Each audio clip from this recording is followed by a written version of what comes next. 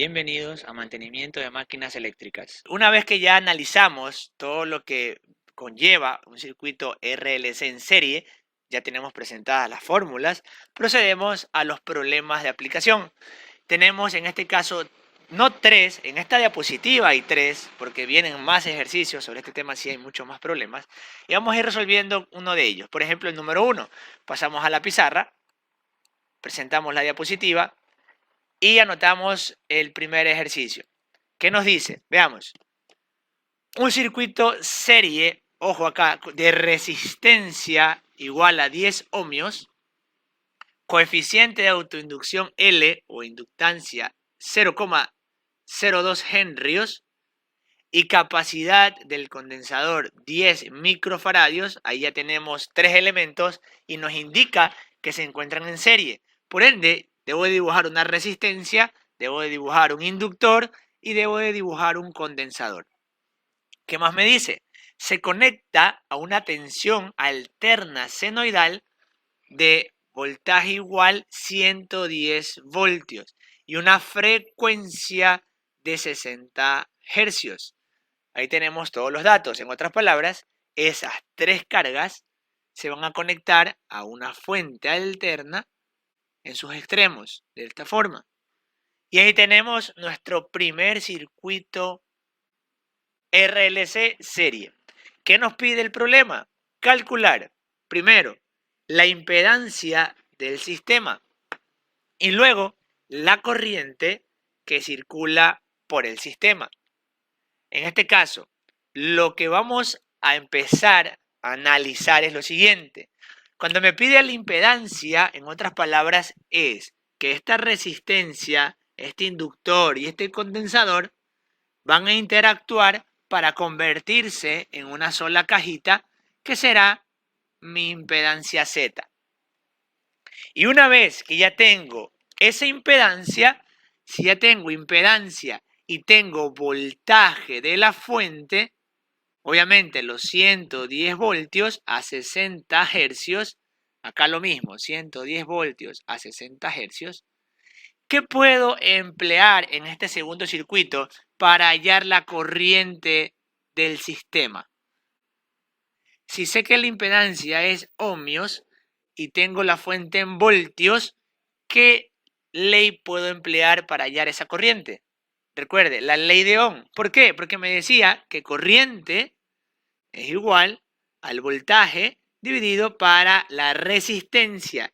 Pero sabemos que en este caso ya la resistencia se convierte en la impedancia. Pero es exactamente lo mismo. Entonces primero vamos a proceder a operar la impedancia Z con los elementos que tenemos del lado izquierdo. Entonces, lo primero que vamos a hallar es la impedancia. ¿Y qué nos decía la fórmula para poder hallar esa impedancia? Bueno, en este caso, recordamos que nos decía impedancia Z, vamos a dividir acá, la impedancia es igual a la raíz cuadrada ¿de qué? De la resistencia al cuadrado más la resta al cuadrado de ¿qué cosa? La reactancia inductiva menos la reactancia capacitiva. Y aquí empiezo a preguntar. Tengo la resistencia, esto ya tengo, 10 ohmios, pero tengo la reactancia inductiva y la reactancia capacitiva. Efectivamente, no tengo las reactancias, pero puedo acordarme que dijimos que la reactancia inductiva ¿a qué era igual? A 2 por pi por frecuencia por coeficiente de autoinducción. ¿Y a qué era igual la reactancia capacitiva? A 1 que divide a 2 por pi por frecuencia por capacidad. Entonces, ahora sí, yo puedo decir que sí tengo la frecuencia y el coeficiente de autoinducción y si tengo la frecuencia y la capacidad. Entonces voy a empezar en esta fórmula a despejar o hallar las reactancias. Reemplazo valores de forma directa. 2 por pi por frecuencia. ¿Cuál es la frecuencia de mi sistema?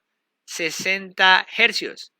Por el coeficiente de autoinducción. Recuerden, henrios, 0,02 0,2.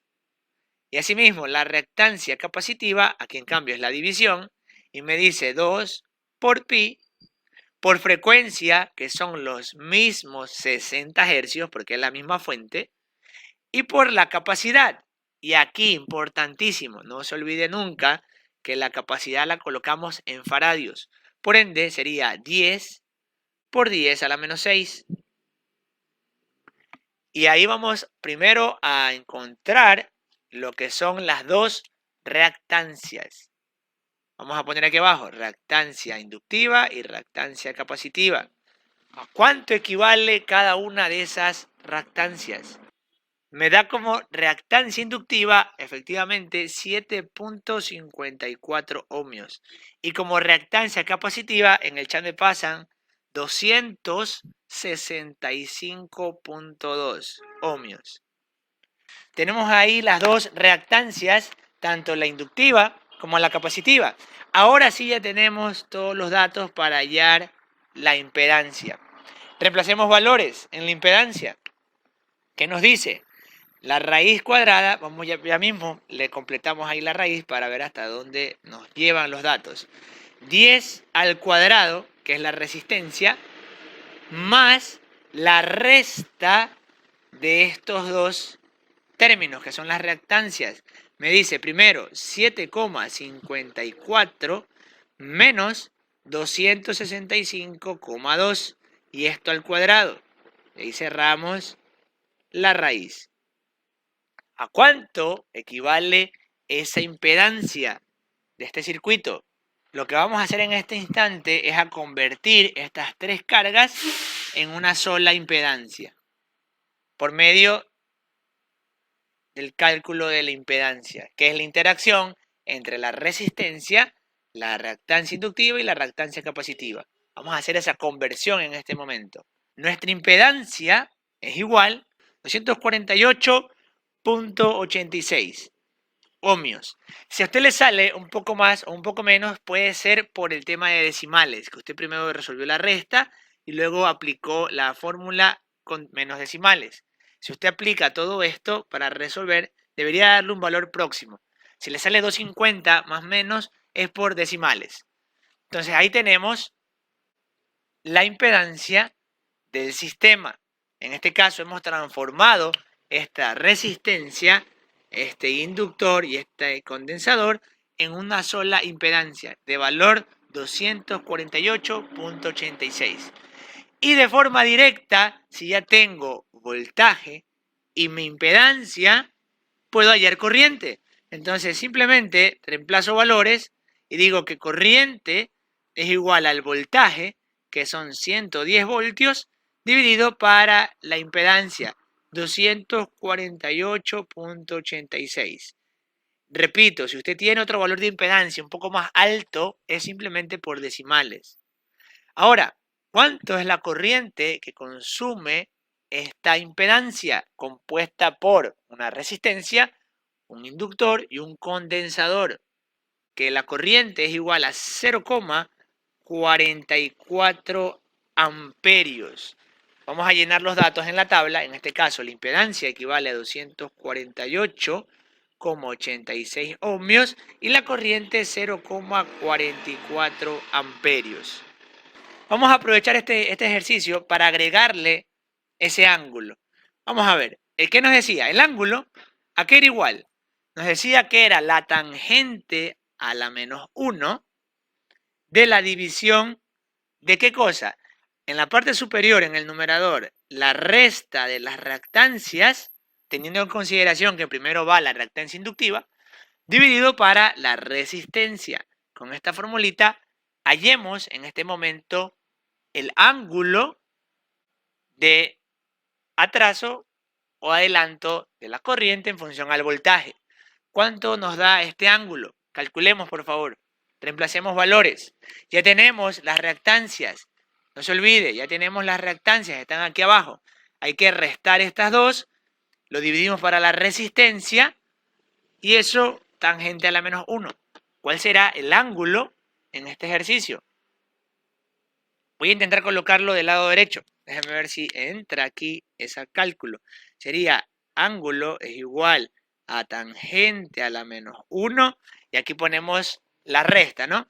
Sería, por un lado, 7,54 menos 265, todo eso dividido para 10. Ahí sería la operación, en una esquinita por lo menos para que alcance. ¿Cuánto será el ángulo en este problema? Vamos a colocarlo en la tabla incluso. No está, pero hoy lo agregamos. ¿Cuánto será ese ángulo? De entrada ya me dice que el ángulo es negativo. ¿Y qué decía la presentación? Si el ángulo es negativo, la corriente está en adelanto. Entonces aquí la corriente está en adelanto al voltaje, a la tensión. ¿Y cuánto será ahora sí ese ángulo? Me pasan el dato por el chat. El ángulo menos 87,77 grados, ¿no? Ahí tenemos nuestro ángulo que por tener signo negativo significa que la corriente está en adelanto. Y algo importante que también lo podemos ver desde un principio. Si ya sé que la reactancia capacitiva es más grande, por ende esto será un circuito predominantemente capacitivo. Y si es predominante capacitivo, la corriente adelanta el voltaje. Si fuera predominante inductivo, la corriente estaría en retraso con respecto al voltaje. Ya hicimos el número 1. Vamos a pasar al número 3, que ya es un poco más completo porque me pide potencias. Me pide reactancia, impedancia, intensidad de corriente, ángulo de desfase y las potencias. Vámonos al problema número 3. Ahí sí ya operamos con todos los datos posibles en el sistema. Y ojo, algo importante, me pide, aparte de la impedancia, me pide la reactancia total. Ya vamos a ver a qué hace referencia a eso. Pasamos a la pizarra, presentamos el problema número 3, que nos dice, una bobina de resistencia 200 ohmios y coeficiente de autoinducción L 0,2 henrios. Y ojo, aquí no es que hay una resistencia y aparte un inductor. No, los dos son uno solo. ¿Por qué? Porque me dice que la bobina tiene estas características. No es que hay una resistencia aparte, ojo con ese detalle. Se conecta en serie con un condensador de capacidad 100 microfaradios. Se conecta este condensador de 100 microfaradios en serie. ¿Qué más me dice el problema número 3? A una tensión senoidal de 250 voltios. Colocamos aquí la tensión, son 250 voltios y una frecuencia de 50 hercios. ¿Qué me pide calcular? Aquí ya tenemos 5 parámetros a calcular. Primero, ¿cuál es la reactancia total? Luego, ¿cuál es la impedancia del circuito? ¿Cuál es la intensidad de corriente? ¿Y cuál es el ángulo de desfase, obviamente, de la corriente en función al voltaje? Y hallar las potencias, en este caso P, Q y S. Vamos a ponerlo hacia la derecha. Bueno, en este caso me pide todas las potencias. Hallar P, hallar Q y hallar S. Nos pide todas las potencias. Sacamos la diapositiva y pasamos a resolver. Primera cosa, nuevamente tengo un circuito que se conecta a una fuente alterna. La fuente, características, 250 voltios, 50 hercios. Se va a transformar todos estos elementos en una sola impedancia conectada a la misma fuente de 250 voltios, 50 hercios. Ahí. Entonces, primero, ya no voy directo a calcular lo que es la impedancia, porque antes me pide calcular la reactancia total. En otras palabras, yo la fórmula de la impedancia, ¿cómo la tenía? Decía que impedancia es igual a la raíz de la resistencia al cuadrado más las restas de las reactancias y esto elevado al cuadrado. La pregunta es, ¿qué será esto de la reactancia total? Pues simplemente esta resta la voy a convertir en una sola reactancia global, porque este dato no va a cambiar ni cuando saque o calcule el ángulo. Siempre va a ser la resta de las reactancias. Por ende, esta fórmula la voy a reescribir de la siguiente forma. Impedancia va a ser la raíz de la resistencia al cuadrado más la reactancia al cuadrado, sabiendo que esta es la reactancia total, que simplemente es la resta de las dos reactancias. Entonces vamos a empezar calculando las reactancias. ¿Qué me decía? Ya sabemos la fórmula de reactancia inductiva, 2 por pi por frecuencia por inductor, y la reactancia capacitiva, 1 que divide a 2 por pi por frecuencia por capacidad. Reemplazamos valores en función a los datos que nos da el ejercicio y tenemos 2 por pi por frecuencia, que ahora es 50, por coeficiente de autoinducción, que es 0,2, para hallar la reactancia inductiva. Reactancia capacitiva, reemplazamos valores, 2 por pi por frecuencia, que también es 50, por capacidad. No olvidemos que la capacidad se coloca en faradios, 100 por 10 a la menos 6. De esa forma, me pasan el dato de la reactancia inductiva, perfecto, me dicen que es igual a 62,83 ohmios. ¿Cuánto será la reactancia capacitiva? Me dicen que la reactancia capacitiva vale 31,84 ohmios. Y aquí, yo antes de seguir operando ya puedo sacar un dato del sistema. Este ángulo, ¿qué signo va a tener? ¿Positivo o negativo? De entrada, solo con ver las reactancias.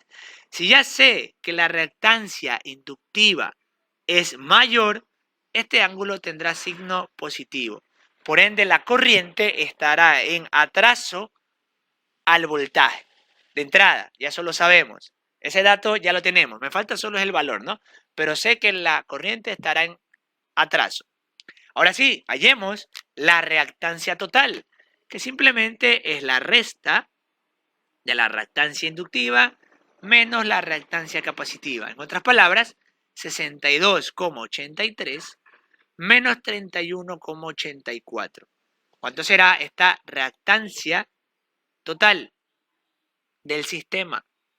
Que esta reactancia total equivale a 30,99 ohmios. Tenemos el primer dato del problema. 30,99 ohmios. Ahí tenemos. Entonces, ya con esta reactancia podemos aplicar de forma directa y hallar la impedancia, que nos dice que es igual a la raíz cuadrada de la resistencia al cuadrado, 200 al cuadrado, más la reactancia total al cuadrado, los 30,99 al cuadrado. Ahí tenemos. ¿Cuánto nos da, en este caso, la impedancia del sistema? Vamos a convertir, como ya dijimos, estos tres elementos en una sola impedancia. La impedancia del circuito equivale a 202,39 ohmios. Y entonces tenemos la conversión del circuito RLC a impedancia. Llenamos la tabla, 202,39. Y ahora ya con la impedancia y la ley de Ohm podemos proceder a hallar la corriente. Recordemos que dice que corriente es igual al voltaje sobre la impedancia. En este caso, el voltaje de la fuente equivale a 250 voltios, dividido para la impedancia, que son 202,39 ohmios. ¿A cuánto equivale esa corriente en este circuito? ¿A cuánto equivale esa corriente en este circuito? Dividimos los 250 voltios para la impedancia, que es 202,39. Sacamos una corriente igual a 1,24 amperios. Tenemos ahí otro dato de nuestra tabla. Ya sabemos que el ángulo será positivo porque la reactancia inductiva es mayor que la reactancia capacitiva. ¿Cuánto será este ángulo? Sabemos que el ángulo es igual a la tangente a la menos 1 de la reactancia total sobre la resistencia. Sabemos que la reactancia total equivale a 30.99 y la resistencia 200 ohmios. ¿A cuánto equivale entonces ese ángulo de desfase entre la corriente y el voltaje? Operando, obtenemos un ángulo igual a 8,8 grados. Entonces sabemos que el ángulo es positivo, por ende es el ángulo de fase entre la corriente y voltaje. En otras palabras, la corriente atrasa el voltaje por el ángulo positivo. Ahora, las potencias. ¿Cómo hallamos las potencias del sistema? Recordando, tenemos que la potencia activa es igual a la resistencia por la corriente al cuadrado. La resistencia son 200 ohmios y la corriente en este sistema nos da 1,24 al cuadrado. ¿Cuánto será esta potencia activa? Obtenemos 307.5 vatios de potencia activa. La potencia reactiva, Q, es igual a la reactancia total por el cuadrado de la corriente. Empleamos la misma fórmula. En este caso, la reactancia sabemos que es 30,99 por 1,24 al cuadrado. La potencia reactiva en este sistema equivale a 47,6 voltio amperio reactivo. Ahí tenemos la potencia activa y reactiva.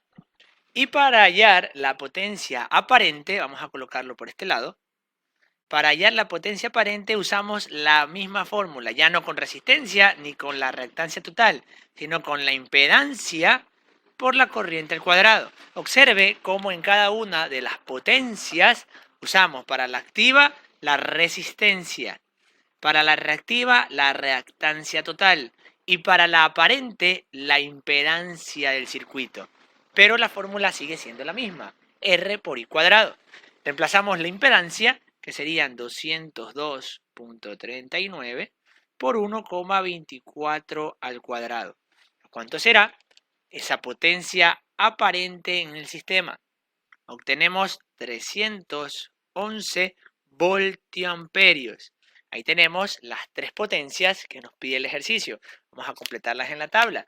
En este caso 307, 47, redondeándolas, y la aparente 311. Siempre teniendo en consideración sus unidades, activa en vatios, reactiva voltiamperio reactivo y aparente en voltiamperios. Ahí tenemos resuelto el ejercicio RLC en serie. Hasta aquí el video de la sesión. Muchas gracias.